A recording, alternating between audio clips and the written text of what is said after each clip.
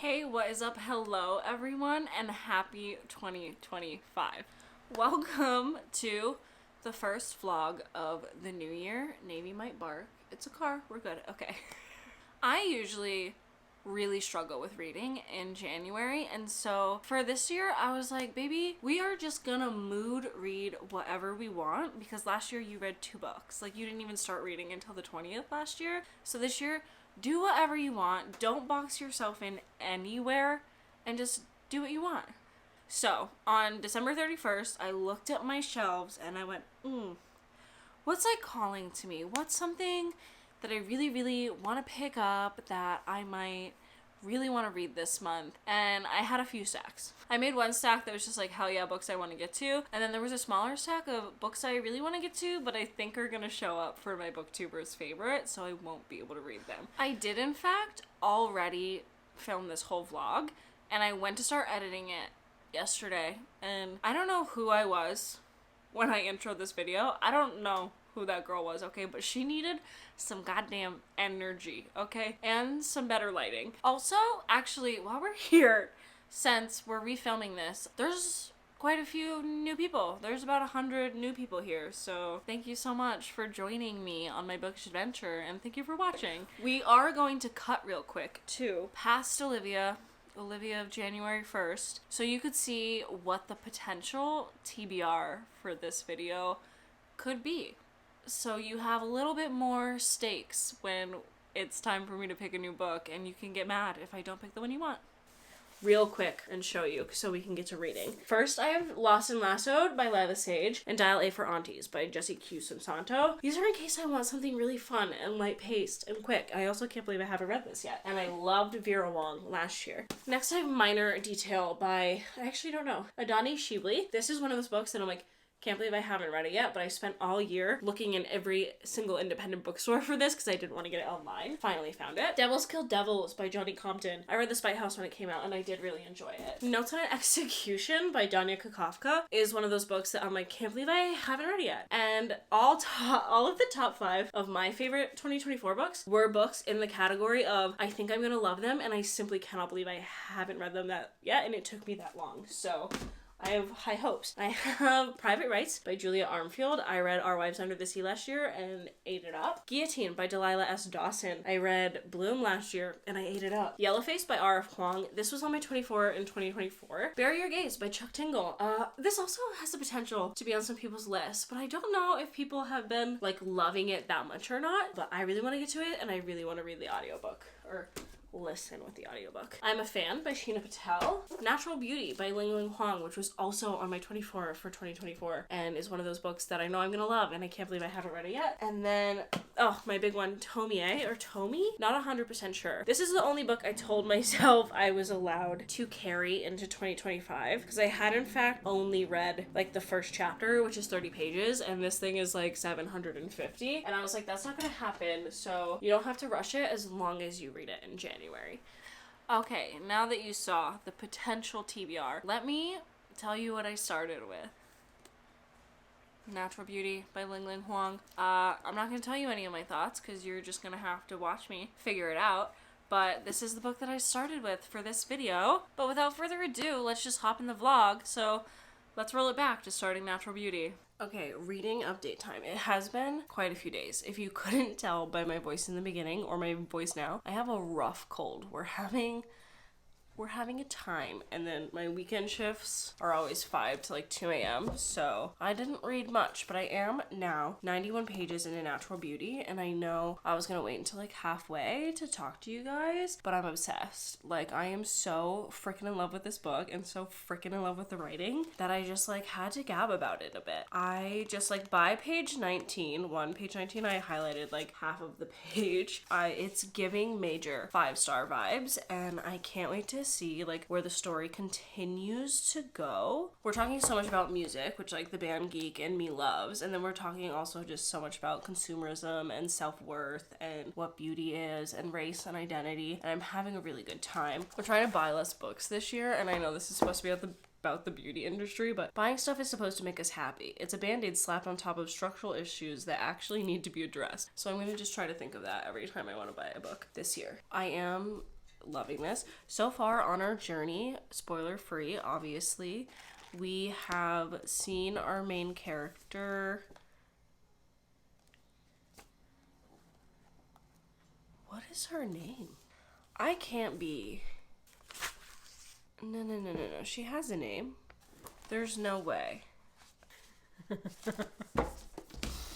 The bio just says our narrator. Do I not know her name? Did it take me 90 pages to realize I don't know her name? Oh my god. She doesn't have a name, which like makes sense because all of the other girls at this spa who like work there look the same. And I wonder if she's gonna kind of...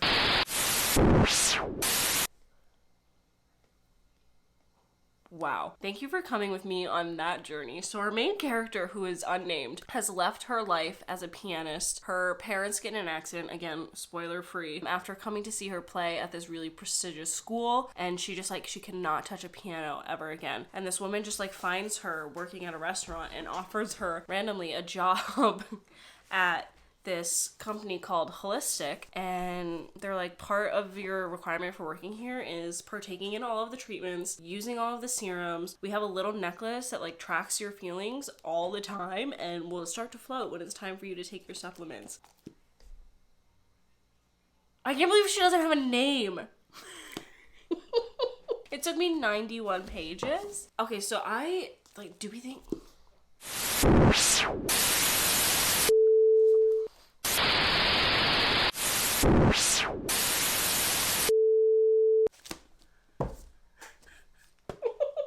Okay, so now I need to keep going. Oh my god, I need to know if that's right. Okay, anywho, I'm loving the writing. I am quite frankly obsessed. Like, I'm not one of those people who thinks music is going to save the world or whatever, but I do think art is one of the only things that can help people get in touch with a part of themselves and the world that's worth saving. Oh my god. Okay, I'm gonna go. I'm gonna keep reading. I'm gonna update you later. I'm just like shooketh. I guess I had to talk about it out loud to like realize.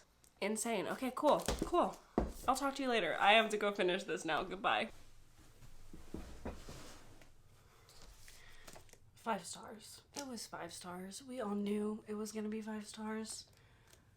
Ugh. Okay, so one, I either have to, you'll already know based on what you just saw, but I either have to mute myself in the last clip or just delete a clip because there was part of this ending that I did call, but I think it's part of the ending that like you could really expect to figure out just from the concept of the book itself, and there was so much more that I did not see coming, and I just impeccable. Like, are you kidding that this is a debut? That's just like one of those books that, again, I read quite a few debuts last year that I'm just like, girl, how?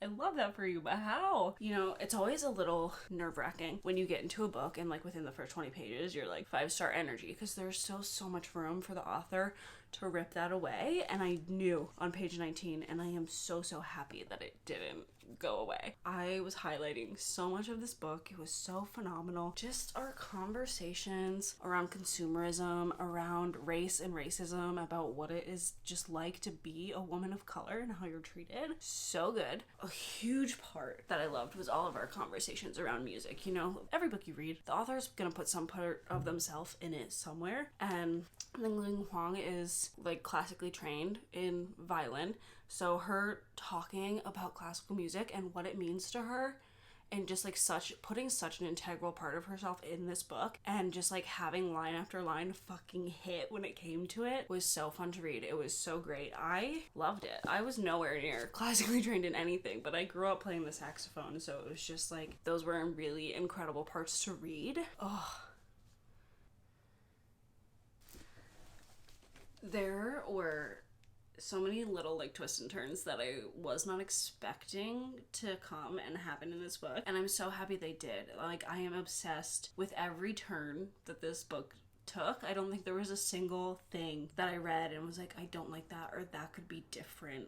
So just so thrilled that on my second book of the year I have a 5-star. Like, love to see it. And then it felt also like maybe I could have predicted some of it more, but January for me, it is always like such a slog to like get into books and start reading. So it took me like 7 days to read this, and there would just be like a couple days at a time where I didn't read at all. So then coming back into it, like you're not getting all the little bits right after one another where like you could make predictions. Excuse me, sorry. Like just incredible. And I think I'm gonna think about it for a long time. I absolutely cannot wait to see Constance Wu's, why can't I say her name?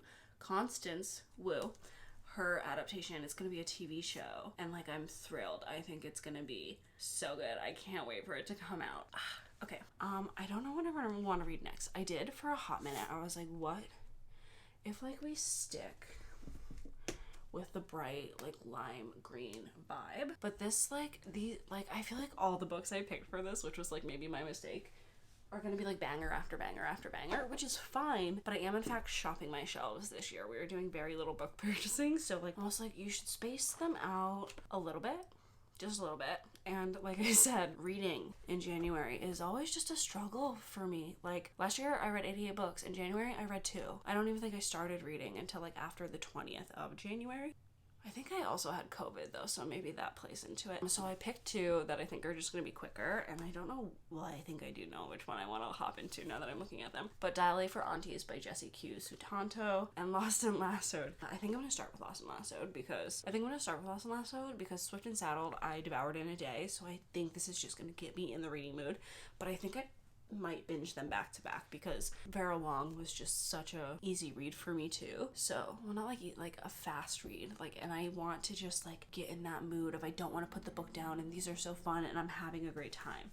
So I think these are going to be my next 2 reads. I have been slacking on reading everyone's reading, on watching everyone's best books, and I have been slacking on editing mine, so I also need to do some of that. So I will get to editing. But I was like, oh god, like it's the oh my god, it's the 13th. I thought it was the 11th. This is crazy. And I've only read 2 books. And I was like, oh, I'm gonna have to pause this vlog to like go into the next, but I need to continue my research. Like I could just read stuff off of what I have now, but it's only like 3 or 4 people, and that doesn't feel like it's actually BookTube's best like favorite books. So yeah. But I'm gonna go read, and I will see you around. See you soon with a reading update. So, funny story. I never updated you because it's the same day and I finished. I'm pretty sure Lila Sage just puts crack in these books because I couldn't stop. Like, I had read 50 pages and then I had read 250 pages and then I was like, well, there's only 305, so I can't go to bed without reading this. Like, it is 12:31 a.m. I have not taken my pants off. I still have a bra on. Like, I was consumed by this book. I was angry. I had to eat dinner. I was angry that we had to watch our episodes of Lost tonight. Like, I was like, I could just ignore 2 whole episodes of Lost and keep binging this book. I could do that. I didn't. I was present with my friends. I know. No, I'm just kidding. I ate it up. The only thing I wasn't down with, I know literally exactly what page it was on because nope. It's when we finally get to, sex, and she literally goes, I was a clitoral girly. Not the girly. Not in this moment. Not in the first sex scene. Her inner monologue being, I'm a clitoral girly. That was the only thing that I was like, girl, no. No. Bold of you for doing, to the point where, like, so bold that, like, it could knock it off a half star or it could bump it up. Like, who's to say? Oh my god. I was kicking my feet, screaming, reading this. If you haven't read any of the Rebel Blue Ranch novels, this is the 3rd one, and we're following Teddy and Wes, who, like, throughout the first 2 books are just so mean to each other and they hate each other all the time that you just know eventually they're gonna have a book and they're gonna be enemies to lovers. And in this, they're both, like, at just, like, kind of crappy points in their lives. Teddy's job is closing down and she just feels, this part of the reason I love this so much, she's 28 years old and she feels like everyone around her is ahead of her. Everyone is getting married, everyone is having kids, everyone is doing all these great life things, and she's still kind of doing the same thing she was doing when she was 22. And I related to that so fucking hard. And then Gus is alone all summer with his daughter that he co-parents with the mom, because she's off doing like this special thing, a state away to study her bar for the bar exam, for her bar to study for the bar exam to be a lawyer. And he's trying to run an 8,000 acre ranch and not ask for help. So obviously Gus's sister, I hope I didn't say Wes earlier because that's the other brother, Gus's sister, also Teddy's best friend, is like, boy, do I know a babysitter for you. And since you get up so early for the ranch, she should probably just like live with you for the summer, at least from Sunday through Wednesday, like the days that Cam would usually have your daughter. So obviously, you know, there's some forced proximity, there's enemies to lovers, and there is an adorable 6-year-old girl with just the best fucking zingers in the game. Like, I was cackling at this small child the whole way throughout. Also, reading this, like, even just in the beginning, like, cute, tender moments that were happening in the writing, whether it was between friendships or whatever part, like, parents, everything. My eyes were, like, welling up with tears to the point where, like, I have never been so sure in my life that I will wake up tomorrow or the next day with my period. Because I was just like, why does this entire book make me want to cry? I don't ever have that reaction. I still don't know if it's 4 stars or 5 stars. Like, I was kicking my feet, screaming, obviously having a great time. It's just like, I don't know what constitutes a 5-star romance to me. Like, I don't read enough of it, and I had like a really, really fun time, but I don't think like we're going in like down in history as like favorite characters ever. Like, fuck yeah, let's go.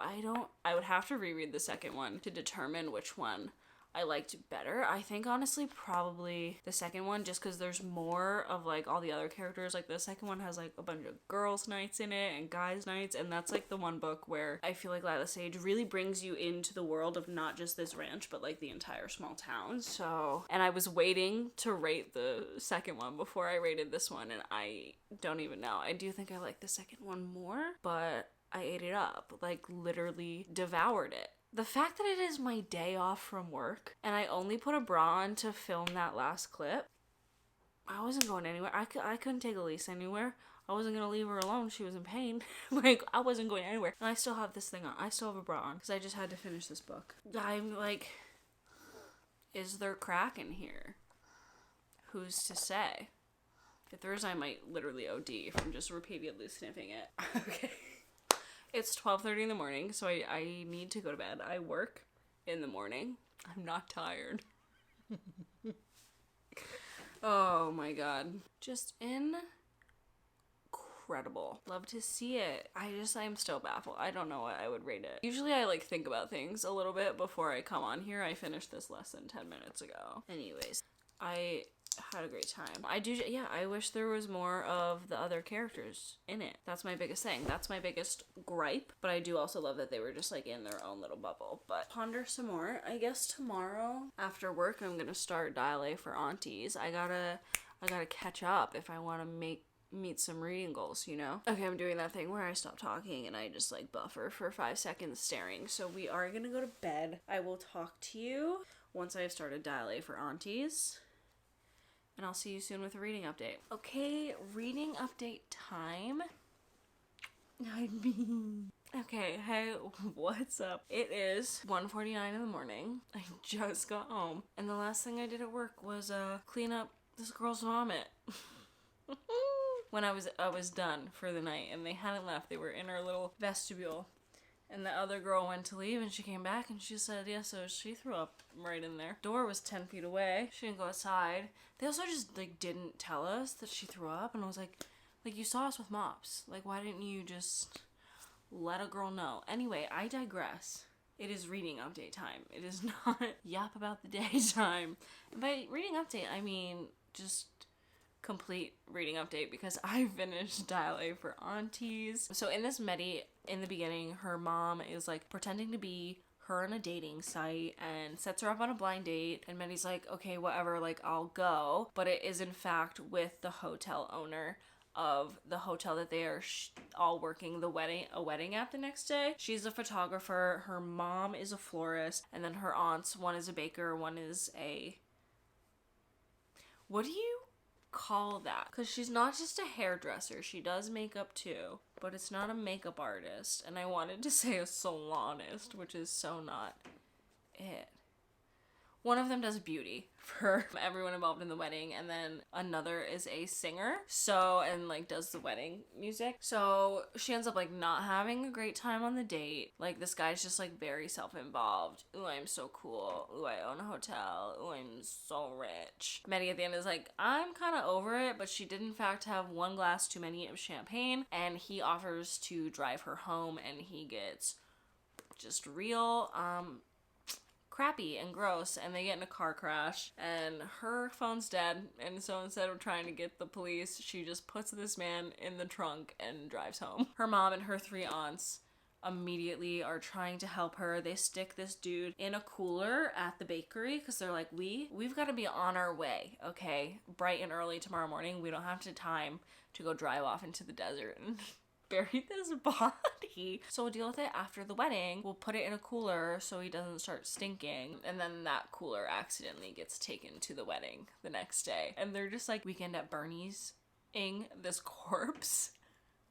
the entire wedding, and it's kind of hysterical. I ate this up, and I just didn't have like time in between where no one was home and I wasn't around people to be able to update y'all. I will say it's 3 parts. The first third I didn't love as much, but I really just feel like part of it was we were going back and forth to when our main character Medi was in college, and there was just like some things she would say or she would think, and I was just like nobody actually thinks like that.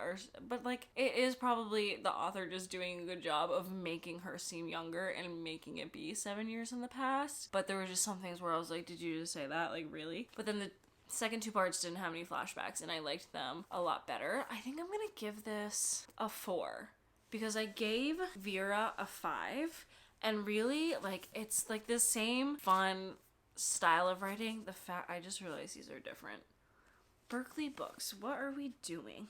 Berkley's owned by Penguin, I think. Penguin, what are we doing? Anywho, I haven't even eaten dinner yet.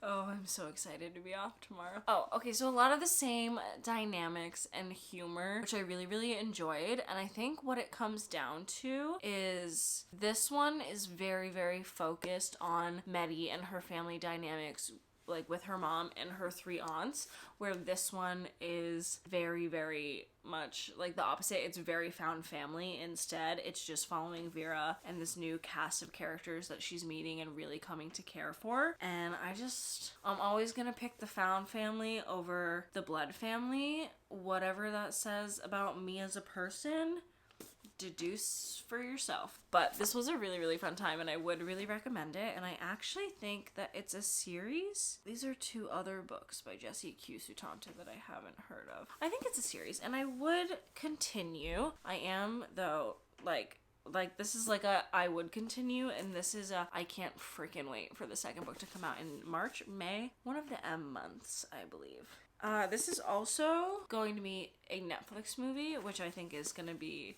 so fun. Okay, yeah, so there's I think this is a trilogy, and I will continue. I would read the next one because I do really like all of the characters, and I enjoy the love interest, and he was not in this as much because we were much more focused on making sure that we could hide this body in the wedding. But this, at 1:57 in the morning, after cleaning up some bomb, is where I'm gonna end this vlog. Thank you all so much for watching, and I will see you soon with another video, and I hope you are having a great day, and whatever Saturday comes next when this video is out, I hope it's a better Saturday than the one I just had. I'll see you all soon. Bye!